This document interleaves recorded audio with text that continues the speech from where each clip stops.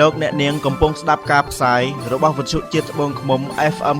88 MHz លំដាប់តទៅនេះសូមជូនព័ត៌មានខ្លីដំណើរការប្រឡងបាក់ឌុបនៅខេត្តត្បូងឃ្មុំចាប់ផ្ដើមជាផ្លូវការនៅ10មណ្ឌលដោយមានបេក្ខជនជាង 6000 នាក់ខេត្តត្បូងឃ្មុំដំណើរការប្រឡងសញ្ញាបត្រមធ្យមសិក្សាទុតិយភូមិសម័យប្រឡង10សីហាឆ្នាំ2026បានចាប់ផ្ដើមជាផ្លូវការនៅព្រឹកថ្ងៃច័ន្ទ12រោចខែទុតិយស័កឆ្នាំមមីអឌស័កពុទ្ធសករាជ2570ត្រូវនឹងថ្ងៃទី10ខែសីហាឆ្នាំ2026នៅតាមមណ្ឌលប្រឡងទាំង10ក្នុងខេត្តត្បូងឃ្មុំដោយមានបេក្ខជនចុះឈ្មោះប្រឡងសរុបចំនួន6192នាក់ក្នុងនោះស្រី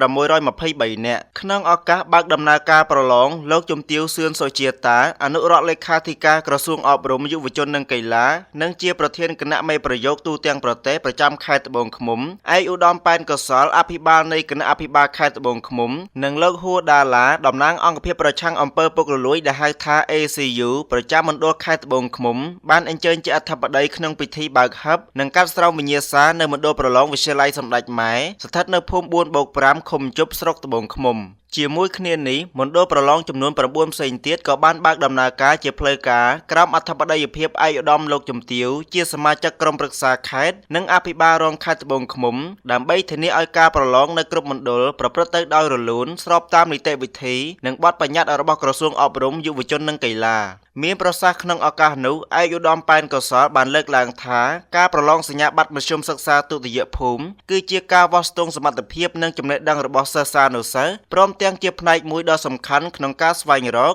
និងអភិវឌ្ឍធនធានមនុស្សដែលជាកម្លាំងស្នូលសម្រាប់ចូលរួមអភិវឌ្ឍប្រទេសជាតិឲ្យកាន់តែរីកចម្រើន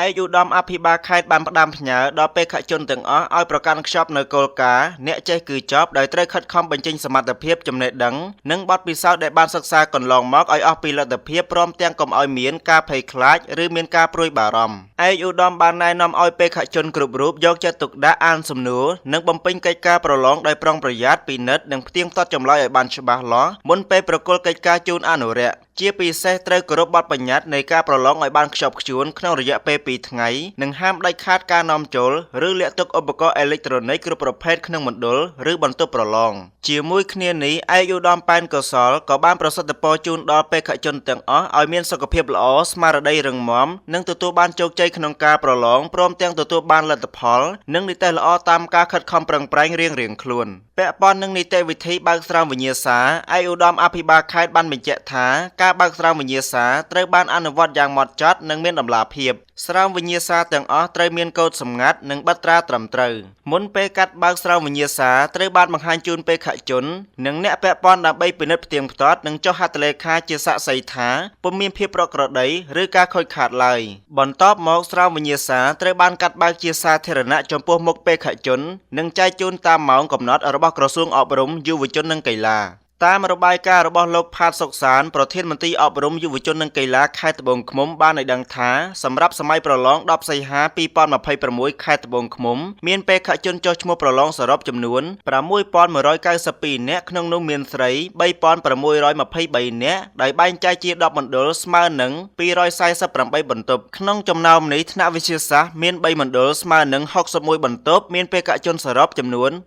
1517នាក់គណៈថ្នាក់វិទ្យាសាស្ត្រសង្គមមាន7មណ្ឌលស្មើនឹង187បន្ទប់មានបេក្ខជនសរុបចំនួន4675នាក់មណ្ឌលប្រឡងទាំង10ក្នុងខេត្តត្បូងឃ្មុំរួមមានវិទ្យាល័យសម្ដេចម៉ែវិទ្យាល័យហ៊ុនសែនខ្នាវិទ្យាល័យតេជោសែនត្បូងឃ្មុំបឋមសិក្សា7មករាបឋមសិក្សាសខេងខ្នាបឋមសិក្សាប្រជាកុមារសួងវិទ្យាល័យសម្ដេចតេជោហ៊ុនសែនសួងអនុវិទ្យាល័យរស្មីកុមារវិទ្យាល័យហ៊ុនសែនចាថ្មីនិងសាកលវិទ្យាល័យហេងសំរិនត្បូងឃ្មុំសម្រាប់មណ្ឌលប្រឡងនីមួយៗការបើកហឹបនិងកាត់ស្រោមវិញ្ញាសាត្រូវបានរៀបចំក្រោមអធិបតីភាពថ្នាក់ដឹកនាំខេត្តដើម្បីធានាឲ្យការប្រឡងប្រព្រឹត្តទៅដោយត្រឹមត្រូវនិងស្របតាមនីតិវិធីឯកឧត្តមឡុងធៀមប្រធានក្រុមប្រឹក្សាខេត្តបានអញ្ជើញជាអធិបតីនៅមណ្ឌលប្រឡងវិទ្យាល័យហ៊ុនសែនខ្នាស្ថិតនៅភូមិខ្នាឃុំស្រឡប់ស្រុកត្បូងឃ្មុំជាថ្នាក់វិទ្យាសាស្ត្រសង្គមមានចំនួន32បន្ទប់និងមានបេក្ខជនសរុប800នាក់ឯកឧត្តមម៉ៅដុងអភិបាលរងខេត្តបានអញ្ជើញជាអធិបតីនៅមណ្ឌលប្រឡងបឋមសិក្សា7មករាស្ថិតនៅភូមិ 4/5 ឃុំជប់ស្រុកត្បូងឃ្មុំជាថ្នាក់វិទ្យាសាស្ត្រសង្គមមានចំនួន20បន្ទប់និងមានបេក្ខជនសរុប500នាក់ ឯកឧត្តមហុកពេជ្រហោះអភិបាលរងខេត្តបានអញ្ជើញជាអធិបតីនៅមណ្ឌលប្រឡងបឋមសិក្សាសខេងខ្នាស្ថិតនៅភូមិខ្នាឃុំស្រឡប់ស្រុកត្បូងឃ្មុំជាថ្នាក់វិទ្យាសាស្ត្រមានចំនួន21បន្ទប់និងមានបេក្ខជនសរុប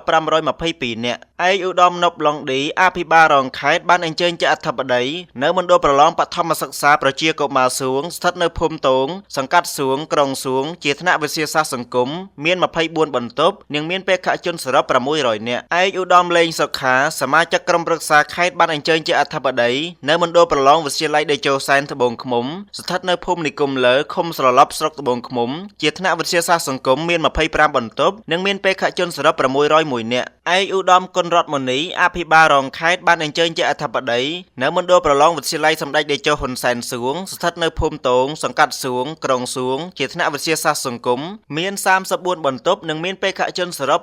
850នាក់ឯកឧត្តមស្រេងសុភាពអភិបាលរងខេត្តបានអញ្ជើញជាអធិបតីនៅមណ្ឌលប្រឡងវិទ្យាល័យហ៊ុនសែនចាថ្មីស្ថិតនៅភូមិជាជធំឃុំចុងជីកស្រុកដំបែជាថ្នាក់វិទ្យាសាស្ត្រមាន20បន្ទប់និងមានបេក្ខជនសរុប500នាក់ឯកឧត្តមម៉ាត់ហ្គោហ្វូតអភិបាលរងខេត្តបានអញ្ជើញជាអធិបតីនៅមណ្ឌលប្រឡងសាកលវិទ្យាល័យហេងសំរិនត្បូងឃ្មុំស្ថិតនៅភូមិនិគមលើឃុំស្រឡប់ស្រុកត្បូងឃ្មុំជាថ្នាក់វិទ្យាសាស្ត្រសង្គមមាន20បន្ទប់និងបេក្ខជនសរុប500នាក់ឯកឧត្តមរស់ផារិតអភិបាលរងខេត្តបានអញ្ជើញជាអធិបតីនៅមណ្ឌលប្រឡងអនុវិទ្យាល័យរស្មីកុមារស្ថិតនៅភូមិសួងលិចសង្កាត់សួងក្រុងសួងជាថ្នាក់វិទ្យាសាស្ត្រសង្គមមាន24បន្ទប់និងមានបេក្ខជនសរុប600នាក់ផងដែរលោកផាតសុកសានបានបញ្ជាក់បន្ថែមថាក្នុងរយៈពេល2ថ្ងៃនៃការប្រឡងមានការចូលរួមសហការពីអាជ្ញាធរដែនដីកងកម្លាំងប្រដាប់អាវុធអង្គភាពប្រឆាំងអំពើពុករលួយដែលហៅថា ACU ក្រុមគ្រូពេទ្យសហភាពសហព័ន្ធយុវជនកម្ពុជានិងភាគីពាក់ព័ន្ធដើម្បីធានាសុវត្ថិភាពសណ្ដាប់ធ្នាប់និងឲ្យការប្រឡងប្រព្រឹត្តទៅស្របតាមគោលការណ៍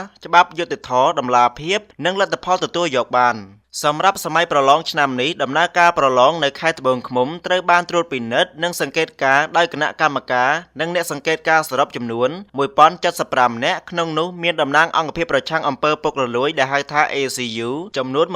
167នាក់ចូលរួមសង្កេតការណ៍ដោយផ្ទាល់នៅតាមមណ្ឌលនីមួយៗដើម្បីរួមចំណែកធានាឲ្យដំណើរការប្រឡងប្រកបដោយតម្លាភាពយុត្តិធម៌និងទទួលបានការជឿទុកចិត្តពីសាធារណជនការប្រឡងសញ្ញាបត្រមធ្យមសិក្សាទុតិយភូមិសម័យប្រឡង10សីហា2026នឹងប្រព្រឹត្តទៅរយៈពេល2ថ្ងៃដោយមានការចូលរួមពីបេក្ខជនទូទាំងប្រទេសស្របតាមនីតិវិធីនិងវិធានការដែលបានកំណត់ដោយក្រសួងអប់រំយុវជននិងកីឡាដើម្បីធានាឲ្យការប្រឡងប្រព្រឹត្តទៅដោយស្មើភាពយុត្តិធម៌តម្លាភាពនិងគុណភាពព័ត៌មានខ្លីដែលលោកអ្នកនាងបានស្ដាប់ពីវិទ្យុជាតិត្បូងឃ្មុំនៅពេលនេះសូមចប់តែប៉ុណ្ណេះលោកអ្នកនាងរងចាំតាមដានស្ដាប់ព័ត៌មានខ្លីរបស់វិទ្យុយើងនៅពេលក្រោយជាបន្តទៀតសូមអរគុណ